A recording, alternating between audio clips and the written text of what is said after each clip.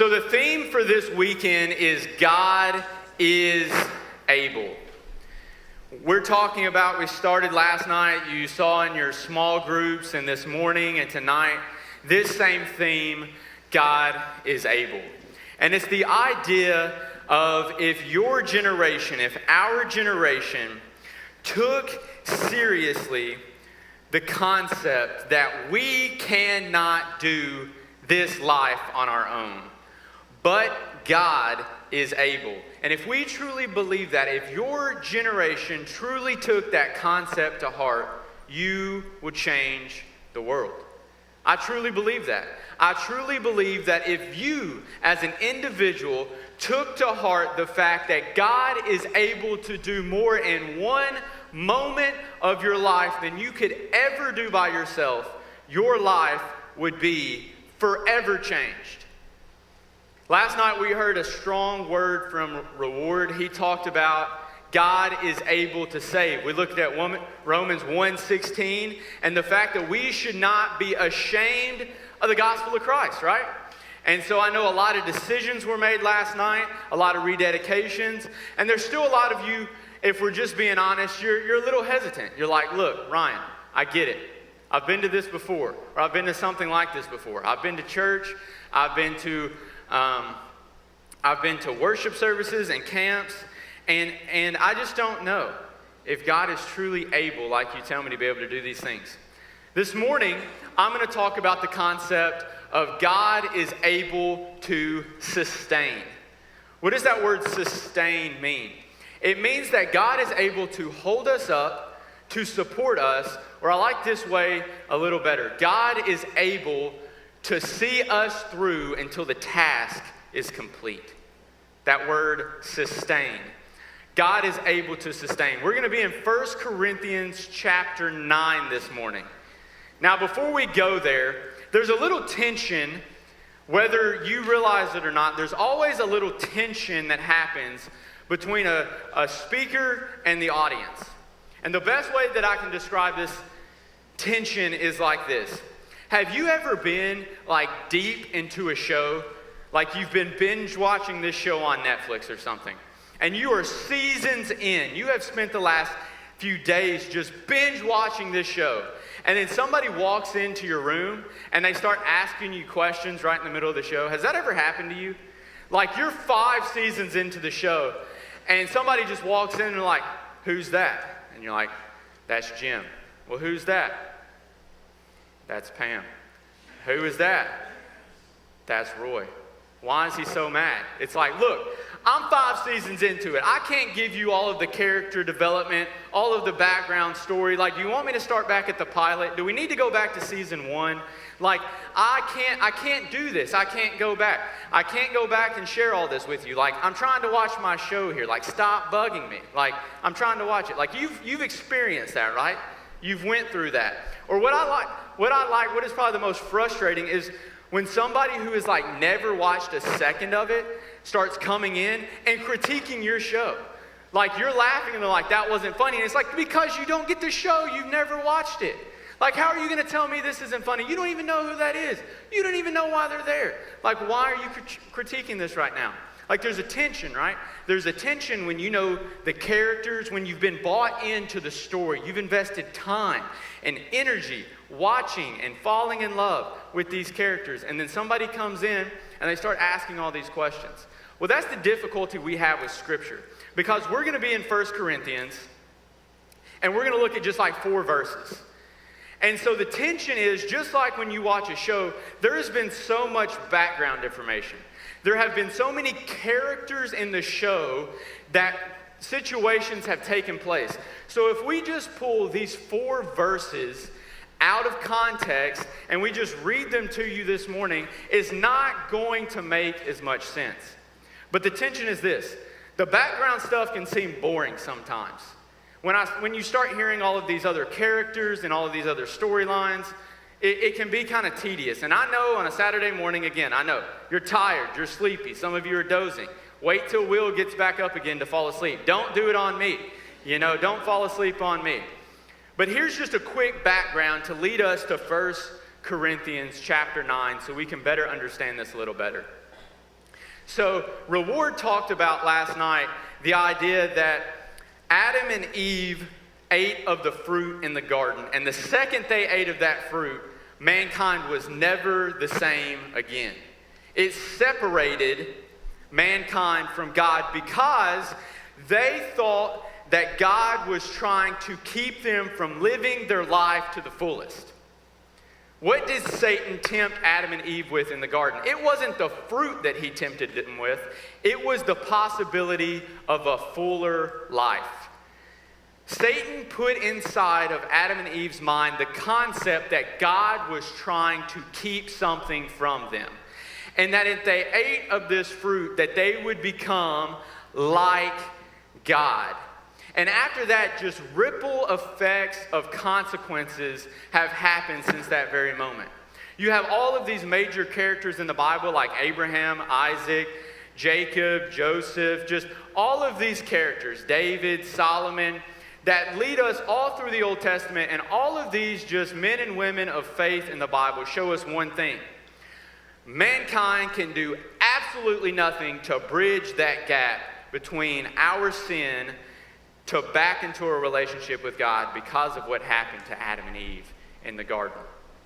You have prophets who predicted that the coming Messiah, who in Genesis, God tells that the seed of the woman will crush the head of the serpent. All throughout the Old Testament, they are waiting for this Messiah to bridge that gap. 400 years of silence, and then boom, the Gospels come. The New Testament. And we see in Matthew, Mark, Luke, and John, the synoptic gospels, sin meaning together, optic meaning seen. So the seen together gospels, these are eyewitness accounts of the birth, life, death, burial, and resurrection of Jesus. So all throughout Matthew through John, you see this story unfold better. Then you see the book of Acts happen. And in Acts, you see the church formed. And you see the power of the Holy Spirit fall, and you see that Jesus has set us, the church, that he set them on a commission that we are still on today, and that is to go into Jerusalem, Judea, Samaria, and the uttermost parts of the world with the gospel. And we're still in that. We still have that commission this morning. We're supposed to go to our city, our county, our state, the nation, and our world with the gospel of Jesus. And right in the middle, literally Acts is a framework. You see that they do that very thing. They're told to do that in Acts 1, and all the way through the book of Acts, they are walking in trying to complete this task that God has set them on. Well, the first preacher that we kind of see rise up, Stephen, is preaching the gospel. The people hate it so much that they stone him. And at the coat attendant at this stoning was this guy named Saul. Saul was very intelligent, he was very educated, he had a very strong willpower and leadership skills, and he had raised himself very high in his culture, to the point where he was headed to a place called Damascus because he had received permission to take papers and continue to persecute Christians. But on the way to Damascus, he literally had a run-in with Jesus. And Jesus asks him this question, "Why are you persecuting me?" And Saul's life was never the same. Saul became Paul, and Paul wrote most of the New Testament that we have today. If there is any character, really every story in the Bible, you could look at this idea of God is able to sustain. But if there's one character in my mind, it's Paul, who we can relate with this morning. Because Paul royally screwed up in his life. If you are sitting there this morning and you're like, God could never use me because I've just made too many mistakes, or I've done too many bad things, or I just can't continue on, look at Paul. He was literally a part of murder, and yet God changed his life. And he wrote to the church of Corinth. We see in Acts chapter 18 that he plants this church, and then in Acts 19 to 21, we see that he writes this letter to the church of Corinth that we are reading today. It's like AD 50s, mid-50s, something like that. So thousands of years ago, he wrote this letter. Now, Corinth was kind of like a combination of New York City, Las Vegas, and Los Angeles. It was the happening place of the Old Testament community. It was the center of trade. And so you understand, like, if people go through a place and they stop, like, it's going to be pretty popular, right? So trade and commerce would happen, and Corinth was a hub for that to happen. And so, like I said, New York, Las Vegas, Los Angeles, they had theater, they had athletic games, they had all of this stuff that was happening. But we also know that when worldly pleasures come in, so does sin. And so Paul had planted this church in the middle of Corinth, in the middle of this sin that was made up of Jews and Greeks, and so they had these different backgrounds and these different beliefs. And he writes this letter to them to encourage them, again, about this idea of trusting God's wisdom. Man, what a beautiful kind of putting the bow on the whole package, because in Genesis 1, Adam and Eve tried to seek their own wisdom, and here we are, all right, so if you want to take the Bible like a bunch of seasons, like the Bible would have 66 seasons, and just jumping into the book of 1 Corinthians would be like jumping into season 46 without watching the other, 45 seasons. And can you imagine like 40 or 66 seasons of a show? Like if you're a Grey's Anatomy fan, you could. Like I understand 66 seasons of a show. But they're like, he's writing to them. And he's telling them they need to seek God for wisdom, because the church, and you probably experienced this too, they had let the sin in the world seep into their lives. And they'd become distracted. And they didn't think that they were going to be able to continue on, because the persecution of the outside world, the temptations that came in front of them, the inconsistency of their life, it came to the point where they didn't think they were going to be able to live for Jesus. So Paul, in 1 Corinthians chapter 9, uses an example of a race to explain the Christian life. Because they had these athletic events that would happen that would be kind of like our Olympics. So our Olympics happen every 4 years, alternating every 2 years between summer and winter. We just had the Winter Olympics. You may have not heard too much about it because we stunk it up and came in 4th out of the world. Like, who is Norway? Are they even a country? I don't know, but they won it apparently. It's apparently cold there. It must be. They won the Winter Olympics. My favorite Winter Olympic is curling, because it's like, what skill do you really even need? Like, I feel like I could go out and compete in the Olympics in curling. It might be harder than it looks. I don't know, but they literally just, if you don't know curling, it's literally this little disc, and this dude just goes like, and then he just holds it. And then these other guys are like running, and they're sweeping in front of it, and they try to stop it in this big circle. Like, I'm pretty sure a youth pastor came up with curling. Like, that sounds like the most youth group game ever. Like, some of you, next Wednesday night, you're going to have your own version of curling. I can already tell. But they had these Olympic Games every 3 years, where these guys, they had to train and compete. They had to be free men. They had to show that they had put themselves to the test. And they had all these things, and running was one of those. So when Paul used this analogy of running the race, it would have been something that they were very familiar with. Now, I'm not a runner. I may look like the runner. I may have the body type of a runner. I have the heart of like a weightlifter, but my mind and my willpower is a couch potato. So it doesn't always work out together. It's not always a good thing. But Reward talked about last night the idea of peer pressure. And so there was one time in my life I fell under peer pressure, and I let my just competitive nature take over, and I let a couple of guys and some of them are in the room, convince me to train for the St. Jude Marathon. And I'll tell some more stories about that, but I'll just say that process confirmed in my life and mind, I'm not a runner. I don't enjoy running. But I tell you all that, I tell you all this background so that when we look at this idea of God is able to sustain, God is able to see you from the start to the finish, and we dive into these verses, it makes sense as to why Paul is saying the words that he's saying. You have this rich city who's become too big for their britches. They think they're smarter than God. They have all the money in the world. On the outside perspective, it seemed like they had it all together. Yet inside, they were dying because they didn't have Jesus. So we're going to be in 1 Corinthians chapter 9, and we're just going to read a few verses, 24 to 27. It'll be on the screen.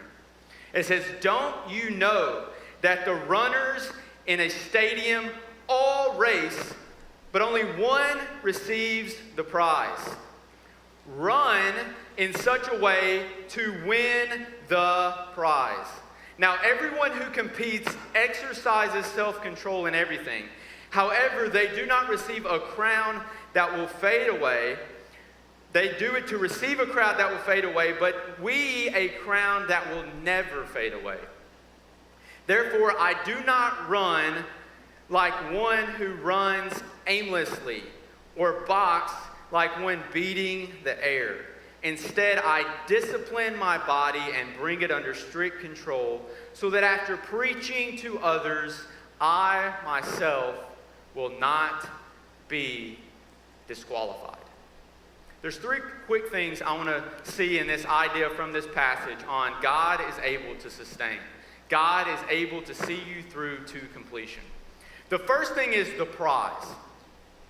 When you look at this verse, it says, only one receives a prize. So anytime you read the Bible, there's kind of a bridge gap that you have to do from their culture and their language and everything to us today. So I know that this is one of those points I'm going to have to kind of explain to those in the room. Back in these days, not everyone who won or who raced won something. I know that that's like a foreign concept today, but actually there was a time in human history where you competed and lost. And there was nothing else. You just, sorry, better luck next time. And I know that that concept like blows our mind. But you have to understand that to understand this first verse. Like, not every person who competed won anything. Some of them trained and competed and lost and just went home empty-handed. And they're like, sorry, guess I'm going to have to try this again. But the prize that they were going after was really respect more than anything. Because when they won this crown that was made out of like thistles, like this vine wrap, and it would have like these pine leaves on it. And so it wasn't something that kept for very long, right? They would put it on their head, they would go through this ceremony like they won this thing, they would go back to their hometown, some Greek poet would write a poem after them and just solidify their name in history. But that was it. They had trained their whole life to run in this race, to win this prize of a vine with pine leaves, a few moments of praise and adoration, a few moments where people knew who they were, and then it was all over.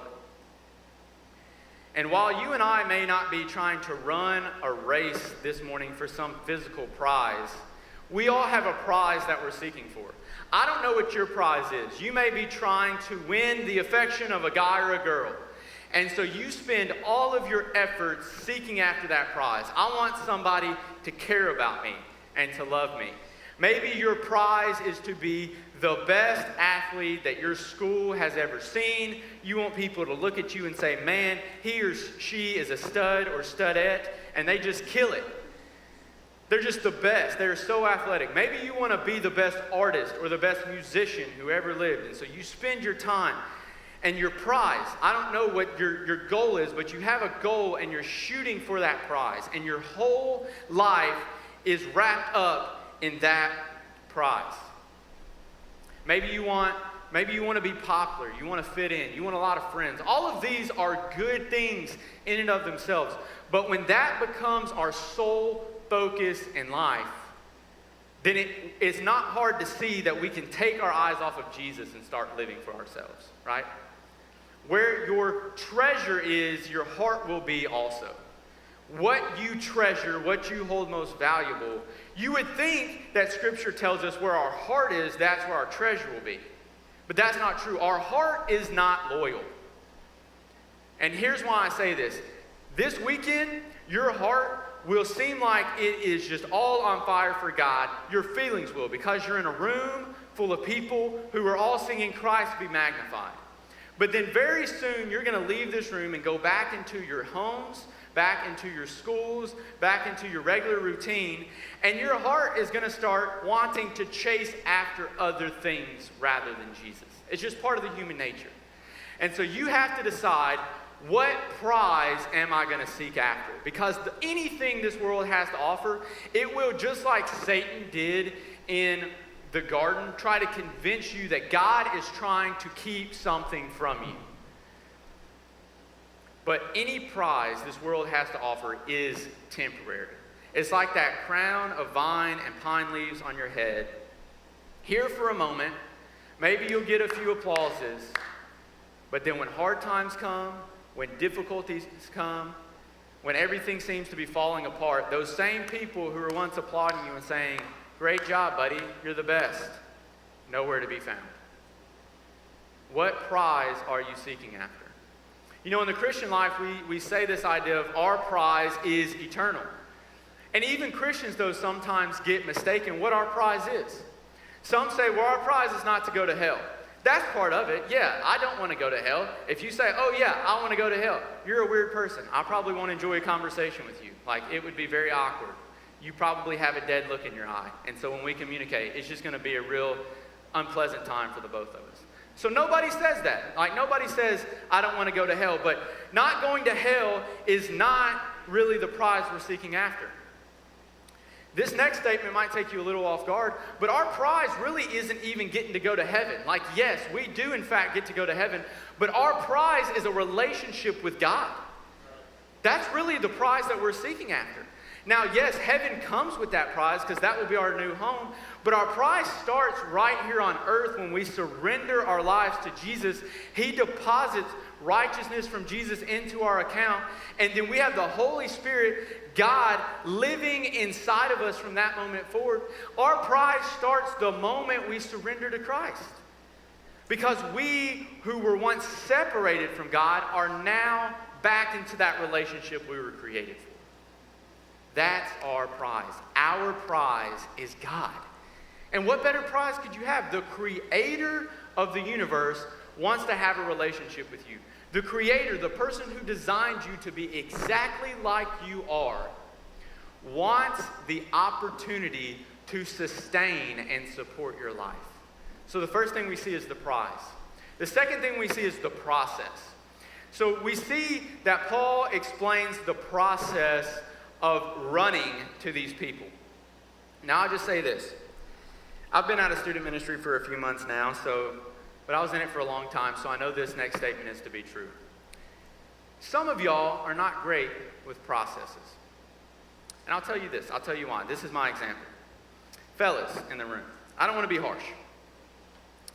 But your goal, a lot of you, is to win the affections of a nice young lady. And the process you go about that looks something like this. I'm going to get a gas-burning truck that's two-wheel drive. I'm going to make it look like it's a dog using the bathroom. I'm going to put 4 million lumen of light on the front of it, where literally it's brighter than the surface of the sun. I'm going to cut the muffler off to make it sound like a diesel, and I'm going to drive it as fast as I can right past Sonic in town.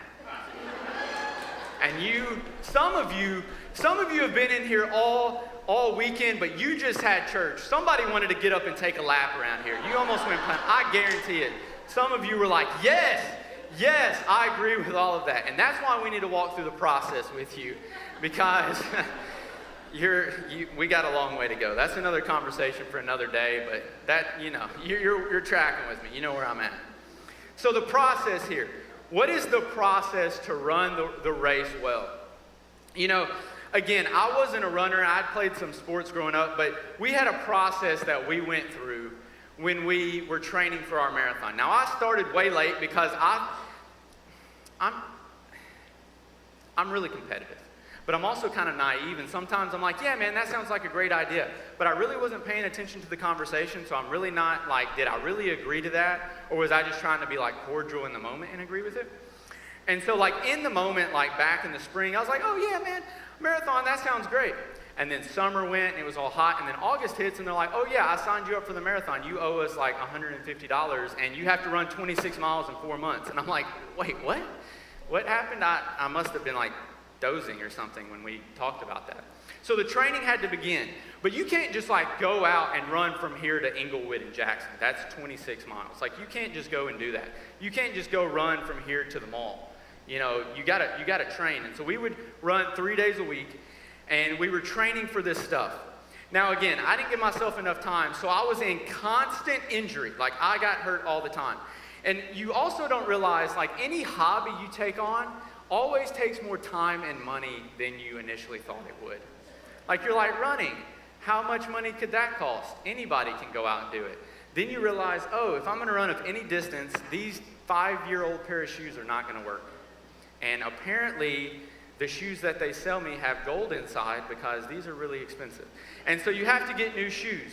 And then you're like, well, I want to listen to music, but I can't have my phone like popping in my pocket. So you have to get something like a running belt or something so your phone is with you. And so by the time I got to running, I looked like the lamest superhero that like ever existed. I had like a running belt. I again was running too soon, so I had to wear these calf sleeves because I was getting calf cramps. I hurt my knee, so I was wearing a knee brace. It was like I was the lamest looking dude. I was mostly machine by the time we got to the race. Like I was just there propelling myself forward. And one of the days of training, like, have you ever had a day where everything just goes wrong? Like, literally, you wake up in the morning and every event that happens after that is just total train wreck and disaster. Well, that happened to me on the morning that I was going to run one of the practice runs for this marathon, and it was going to be the first time I had ever run the distance of a half marathon. So literally, this is just going to be the distance of half of the race I'm training for. It's not even the full thing. But to me, it was an accomplishment because I had never ran 13.1 miles. It started off bad. So it was going to be a Saturday morning we did this, but the Friday night before, we had fifth quarter at Lexington High School. It was a great event. Some of you may have came. We had a great time, but the thing about that is we ended at like 11:30, 11:45. By the time we tore down, brought all the stuff back to the church, I got back home, took a shower, it was almost 2 o'clock in the morning before I went to bed. And then it was like a very hot and balmy, like September Saturday morning. Like, I slept in a little bit, which meant there was more traffic on the roads that we were gonna have to run up. It was a little bit hotter in the day. So when I started running, it was already in the 90s. And you know that there's some days you can just like see the heat when you look outside? Like that was this morning. And so I woke up and looked outside and was like, this is not gonna be a good day. Like I can already tell this is not gonna be very fun. I'm not rested very well, but I'm gonna do it because again, I'm competitive. We had shared all of our activity on our watch and everything, so it's good. So some of you may have no idea these directions that I'm gonna tell, but the ones who do, you maybe can appreciate some of these details. So we would always start at the Presbyterian Church across from Greater Life on 22 North. And we would just run up 22 North because it's sidewalked, and then we would just kind of go from there.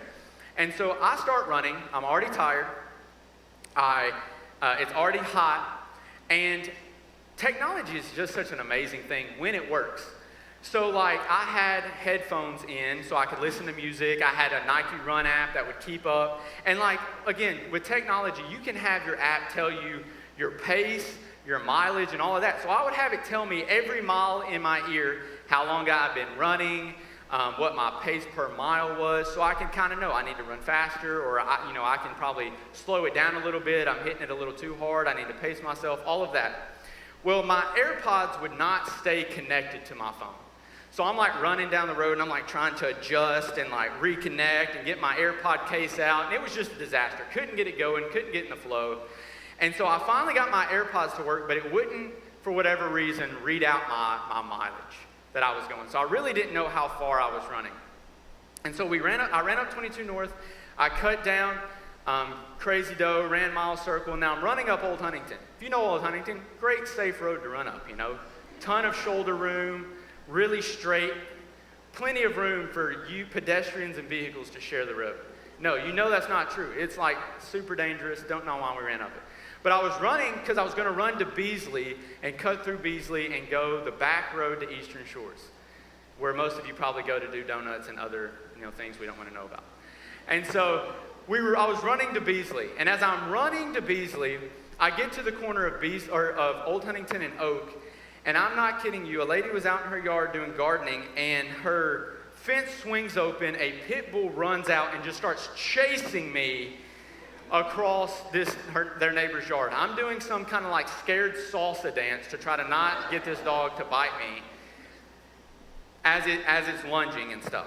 And so I'm like, she gets out, and you can say whatever you want. That dog saw white meat on chicken legs, and it wanted a taste. And I was scared to death. And so she finally got her dog. I kept running. So I'm tired. My headphones aren't working right. I've just tried to be eaten by Cujo. And so again, part of running, you want like new equipment and new things. And so I had bought this new shirt. It was supposed to be, a cooling shirt that soaks in your sweat and keeps you cool and all of this. I don't know all of the ingredients and all the materials that went into this shirt, but I'm 99% sure that one of the active ingredients was poison oak. Because the second I started sweating, it activated like this material that just was the itchiest thing I had ever worn in my life. And so I'm like, what have I done? Like, who creates athletic gear out of wool? Like, this is terrible. And so it was an awful run. Like, again, if you don't run, you might not understand this, but like the last thing you want to do when you run is stop running. Like, that should make sense, right? But like anytime you break pace or break your stride, it is so incredibly hard to get back into rhythm, to get your breathing back right, to get your running back right.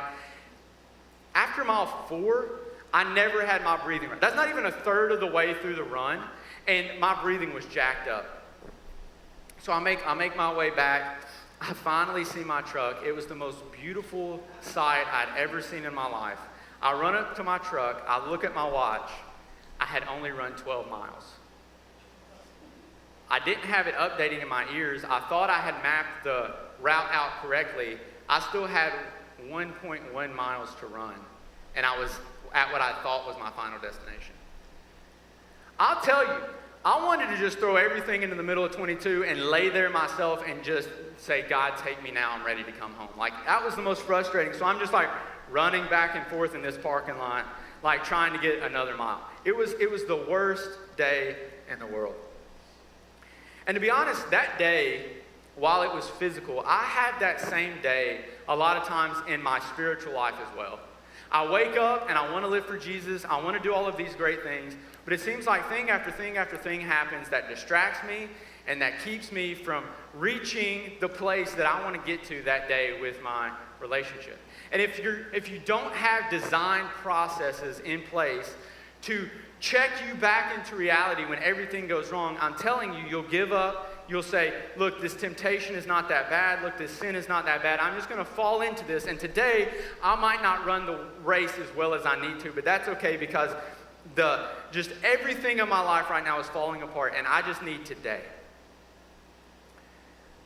There's a fine line between legalism and relationship, but I'll say this. A lot of times we say, well, I don't have all these disciplines in my life because I don't want to be legalistic with my relationship with Jesus. And we use legalism as an excuse for being lazy. And so we're just lazy Christians who don't want to actually be disciplined and work and do the things. What are some ways? So there are three ways I think that we can real quick have a process that helps us allow God to sustain us in our life. We have to set goals that are measurable, meaningful, and maintainable. Measurable. Some of you are in here this morning, and you're like, I made a commitment to follow Jesus, and that's your goal. And that goal is fine in and of itself, but if you don't have any action steps to see that goal through, you're probably not going to do that goal. I guarantee that 75% of you in here probably did some kind of New Year's resolution, and I guarantee probably 100% of you in here are not doing it still today. Just doesn't happen because we're great at making goals or making promises. We are horrible at following through with those promises. And so the first is that it has to be something that's measurable. So how are you measuring your time with God? Maybe you should say, okay, I want to spend this amount of time each day with God. Again, this is not to be legalistic. It's just to be disciplined. So that you have a check and balance in your head of, you know what, I have not spent any time with God today. Maybe one of your measurable goals needs to be an amount of time that you spend in a church building with other believers. Again, being around other Christians, yes, you can still be saved if you're not, but I'll tell you this, I'm way more encouraged when I'm in a room full of a group of people who I know that love and care about me and are trying to point me to Jesus. I'm a lot closer to Jesus on that day than I am on days where I'm around people who don't love Jesus and who are trying to get me to do everything else. So you need some measurable time with people who are like-minded, who are going to encourage you. I don't know what all of the goals you need to set are, but they need to be measurable. They need to be meaningful. Again, I set all of these running goals, but running was not meaningful in my life. And so literally, after the day that we ran, I've not run more than 1 mile since then. One time. I've only ran probably a total of 3 miles in 4 years since then. I was done. It wasn't meaningful to me. And if you don't set goals in your life that matter to you, yeah, they could matter to me, they could matter to your parents or your youth pastor, but if they don't matter to you, you're not going to follow through. But they also have to be maintainable. I'm going to read the Bible next week, the whole Bible. And then you start reading and you're flying through day 1. You're like, man, I'm right on track. Then you hit like Leviticus or Numbers, or you get to like 1 Kings and you're like, wait a second, I just read all of this information in 1 and 2 Samuel. Why am I reading this again? And you give up and you set it down. And because it wasn't a maintainable, easy bite chunk thing, and because you're very busy with your life and your school and your friends, if you don't have goals that you can maintain, you're not going to be able to keep up this walk. Because I'll tell you this, the process, this race does not end when the service ends tonight. The race does not end when you go home after church tomorrow. The race does not end when you go back to school on Monday. The race ends hopefully 100 years from now when your life here on earth is over and you stand before your Creator and you have to give an account on the life that you lived. You have to give an account on what you did with His Son Jesus and that gift of salvation that He offered you, or the opportunity that He had to sustain you in your life. You have to give an account. And that account, it takes a process. Just like the runners in 1 Corinthians 9 had to go through a process to receive that crown, you and I have to go through a process as well. And then lastly, we see the promise. So we saw the prize, the process, and then now we see the promise. The promise that we see here at the end is that if they run the race in this way, they will receive a crown that will never perish, and that they will not be disqualified. He won't be disqualified. Have you ever seen somebody that's been disqualified before? Now imagine this. All right, so go back to the process with me. Like, we have rules for games, correctly? Like, there are rules to go through a game. You know, in basketball, if you touch the ball when you're dribbling with 2 hands, you can't do that. That's a double dribble. Like in soccer, if they kick it and you swat it down, you can't do that. That's against the rules. Like, you have rules that go through life. And this is what's happened. God has promised us all of these great things, but we're trying to play His game with different rules. The world has given us sets of rules that we think we should govern our lives by, and we wonder why our life with God is not happening like it should, and it's because we're playing the wrong game with the wrong rules, but we're expecting the results from God. Think about it like this. Imagine you were watching a game of basketball, and the opposing team had only ever watched and known the rules of UFC, of mixed martial arts. And at tip-off, the other dude just hits him with an uppercut. He thinks that he just won because he knocked the dude out. He doesn't know he's about to go to jail because that's assault. Like, you can't do that. But he didn't know because he's only watched UFC. He's only watched MMA. He's taking those rules to that game. Inside of that game, it doesn't work that way. You can't do a roundhouse kick in the middle of the basketball court. It's against the rules. And so many of us are running this race of life with Jesus under the rules and instructions how we want it. And God is telling us, I have given you a set of rules. I've given you a set of instructions. I've given you examples of how to live your life for me. And one of the things is this: you can't do it by yourself. We live in a culture that is a very me-centered culture. I'm going to do it all for me. I don't want to work for anybody. I want to be my own boss. I want to be a video creator. I want to be an influencer. Me, me, me, me, me. And so you get to this weekend with God, and we talk about this idea of God is able to sustain you. God is able to see you through to the finish. And you're like, Ryan, that sounds great. But then you start making all of these promises to God, or you've made promises to God in the past, and you start getting depressed because you're like, I didn't follow through with these promises, so why would this be any different? And I'm here to tell you, life without God is not hard. Life without God is impossible. It's not just difficult, it is impossible to live the life that God has created and designed you for outside of Him. You cannot do it. But you should not also gauge your Christian life based on the promises that you made to God. You should base your life off the promises that God made to you.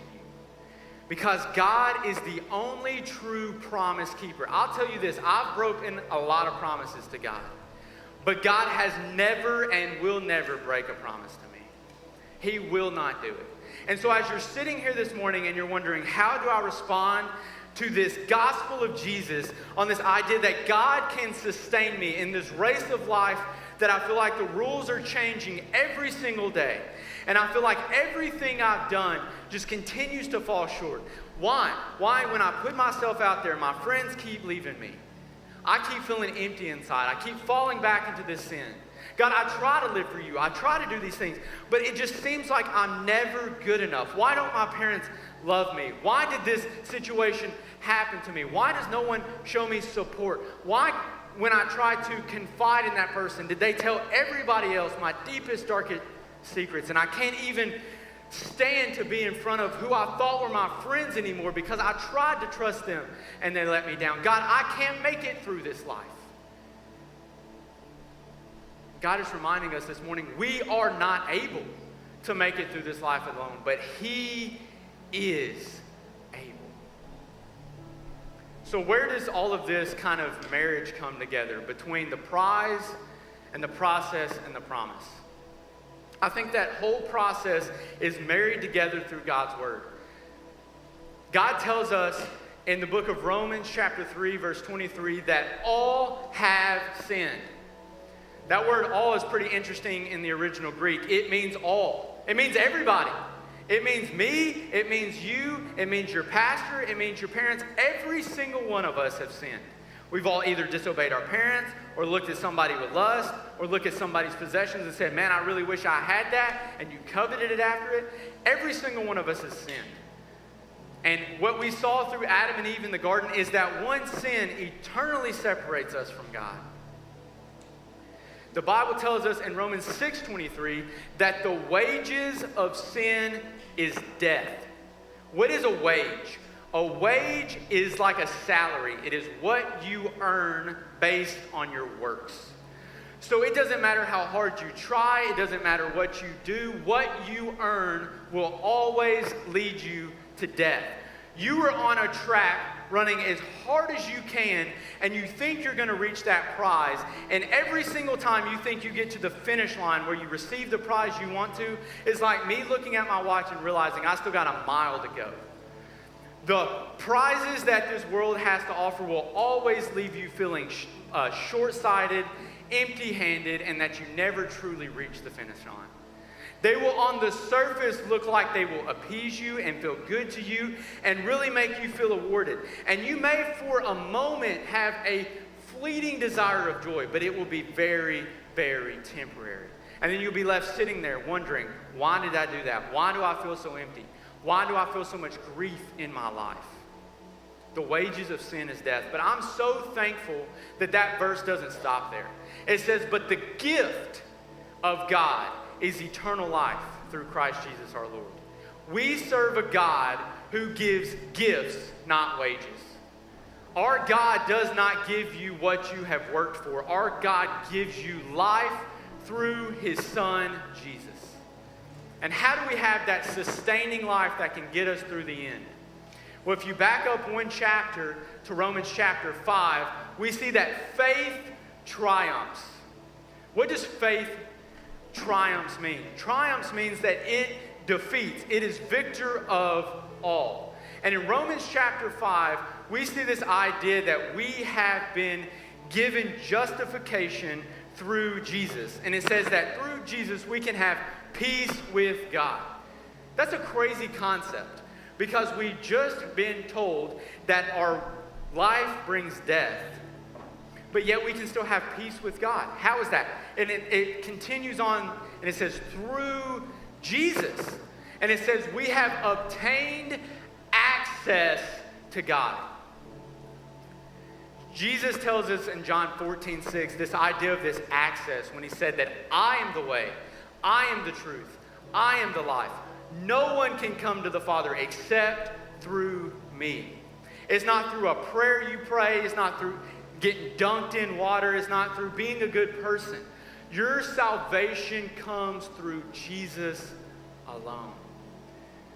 Then the verses in chapter 5 of Romans, it continues like this.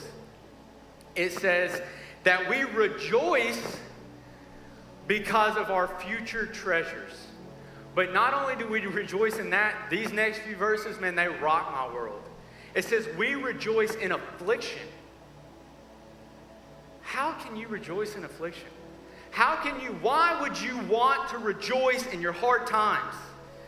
And then it tells us this, because affliction, tough times, produces endurance. How are we going to run and get through the race of this life? It's going to require some moments that need faith. Our faith muscles from time to time need to be exercised so that we can endure and run this race of life. And so it says affliction, hard times, trials, difficulties produces endurance. Endurance produces proven character. That ability to say, yeah, this is a difficult moment in my life, but you know what? I've been through difficult moments before, and God has always seen me through. You can't have that confidence in your life unless you've suffered a little bit. And I'm right there with you. I try to live my life as comfortable and as insufferable as possible. But I also realize that I'm going to have to go through some difficult things if I'm truly going to want to rely on God. Because Ryan, in and of himself, will always try to fix it myself. And there are some moments that God allows difficult times to come into my life to remind me just how much I need Him. And so it says that affliction produces endurance. Endurance produces proven character. And listen to this next promise that's so beautiful. It says, proven character produces hope. What is our world looking for? It's looking for hope. And we get to be agencies of hope in this dark world where people are looking to temporary things to satisfy their desires. And we get to say, brother, sister, there's hope for you. Because I thought I was hopeless, but I found Jesus and He changed my life. And it says that we can rejoice in this hope. It says that while we feel helpless, we have this hope. And the crazy thing is that while this is promised to you and while you feel like there's these things, there has been so many inconsistencies in your life that you have a hard time trusting in God. When you hear that God is your Father, you have a hard time relating to that because you have a bad relationship with your earthly father. So you're like, why would I want another father? Don't let your earthly shortcomings of a father or mother figure or a parental figure or a friend muddy up your vision of God. God will not let you down. Then it says this. It says that for a righteous person, somebody may help them. If you're good enough, somebody may throw you a bone every now and then. It says, for an unrighteous person, basically, you have no chance. It says, but God, who is rich in mercy, while we were still sinners, sent his son Jesus to die for us. The Bible tells us in the book of Romans chapter 10 that if we confess with our mouth that Jesus is Lord and believe in our heart he was raised from the dead, it says we will be saved. That is a promise of God you can lean on this morning. It doesn't say you might be saved. It doesn't say you could be saved. The Bible tells us that you will be saved. And as you're standing here this morning, you're sitting, you're trying to figure out, what do I do with Jesus? What do I do with my life? Am I truly going to be able to give my life to him? Remember the prizes that you're seeking after, the processes that you're going through, and these promises. The promises that God has built your life upon that are there waiting for you if you would just lean into these promises. Why not you? Why not your friends? Why not your youth group? Why not your school? Why couldn't it be you that is the change agent that sends revival to this world? Why not you? What are you waiting for? What are we waiting for? Are we waiting for the world to fix itself? It's not going to. God's plan of reaching the world with his gospel is us. It is you. It's not your parents. It's not your youth pastor. It is you. God is sending and calling you. I cannot live your mission for you. I cannot live your life for you. When you stand before God one day, he's not going to say, what did that speaker that one day, how did his life turn out? He's not going to ask you, how are your parents? Or what does your youth pastor look like? He's going to say, what did you do with my gospel? What did you do with this call I placed on your life? I don't care if you're in the 6th grade or you're 60 years old. God has placed a calling on your life that starts with you trusting him. Trusting that he can save you. Trusting that he can sustain you, that when you go through life, when you go back to that terrible home situation maybe in a few hours, or when you go back to school around those group of friends that know you and of yourself will not be able to resist those temptations, but God through you is. And so many of you in here have been so consumed about trying to live your life for God that you have forgotten that we're not called to live, we're called to die, so that Christ can live through you. Some of us in here this morning need to die to ourselves. And we need to say, you know what, Ryan, I've been too selfish. I've been too much about what I want or about what other people think of me, and I know what God is calling me to do. I know he's calling me into a relationship with him. I know he's calling me to be that encouragement to my friend group, to be that one spark that sets a revival across all my friends, but I'm so afraid that I could be the butt of one joke where I may get left out of one thing, that I'm not willing to share this good news of the hope of Jesus with my friends because I'm afraid of the consequences if I do. What if a room this size decided, you know what, we're not going to take it anymore. I'm living for Jesus whether nobody else does. Imagine the change of Henderson County if this room decided to go back to your homes, your schools, your jobs, and say, you know what, I've not been able, but God is. And I can't fix your life. I can't even fix my own life, but God is working on me. And I may not be where I want to be, but I'm a lot farther than I used to be. God is ready to change your life this morning. You just have to give him the opportunity to do it. And here's the thing about an opportunity. Opportunities can be missed. You can go through this conference, you can go through this weekend just like any other weekend. You can white knuckle the pew, you can make empty promises, and you can leave and go home and be unchanged, and God gives you that option. But man, what a waste that would be. Man, what a missed opportunity that would be. I believe in you. I wouldn't be standing here this morning if I didn't believe in you. I would not be standing here passionately pouring out my heart to you if I didn't believe that the ones in this room could truly change the world. God can do it through you. I'm going to ask if all of you would just kind of bow your head, close your eyes. Don't be looking around.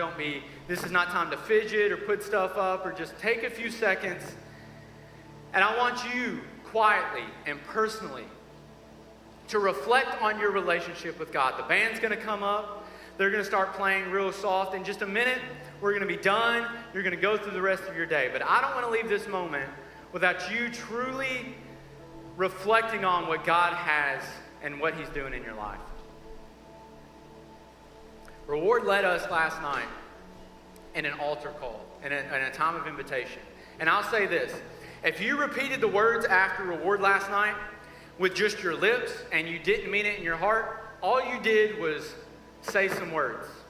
Maybe you've walked an aisle before. Maybe you've got dunked in a baptistry. All you did was get wet if you didn't surrender your heart to Jesus. And I'm not trying to make you question your salvation, but I want you in the next few minutes to truly search your heart, to cry out to God and say, God, give me security in my salvation. Maybe you're in here this morning and I know that I'm a believer. But you know what? I keep falling into sin.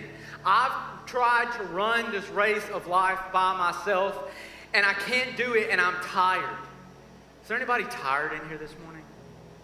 I'll tell you, I've lived a lot of my Christian life tired, worn out, exhausted, feeling defeated because I've been the one trying to live my life instead of letting God live my life through me, live His will through me.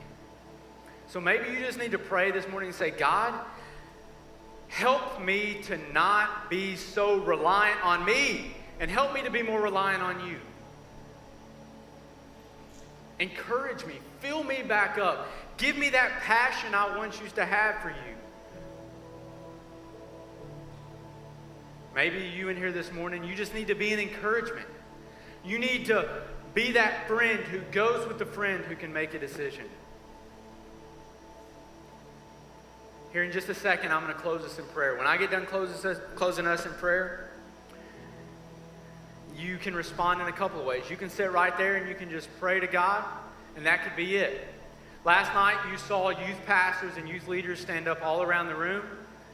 And so if you need to talk to somebody, while we don't have a traditional response this morning, grab a youth leader, grab a small group leader, and you can go out the back to where you were at last night, and you can just talk through these things.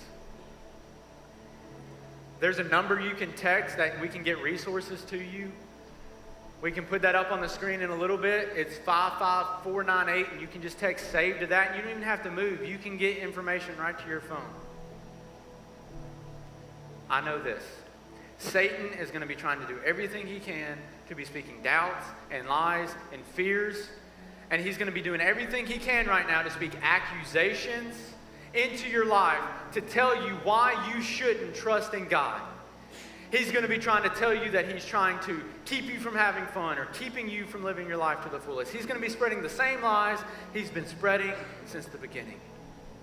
This morning it's time to stop listening to Satan's lies and start listening to God's promises. God loves you, and He proved it to us through His Son, Jesus. You might not be able, but God is.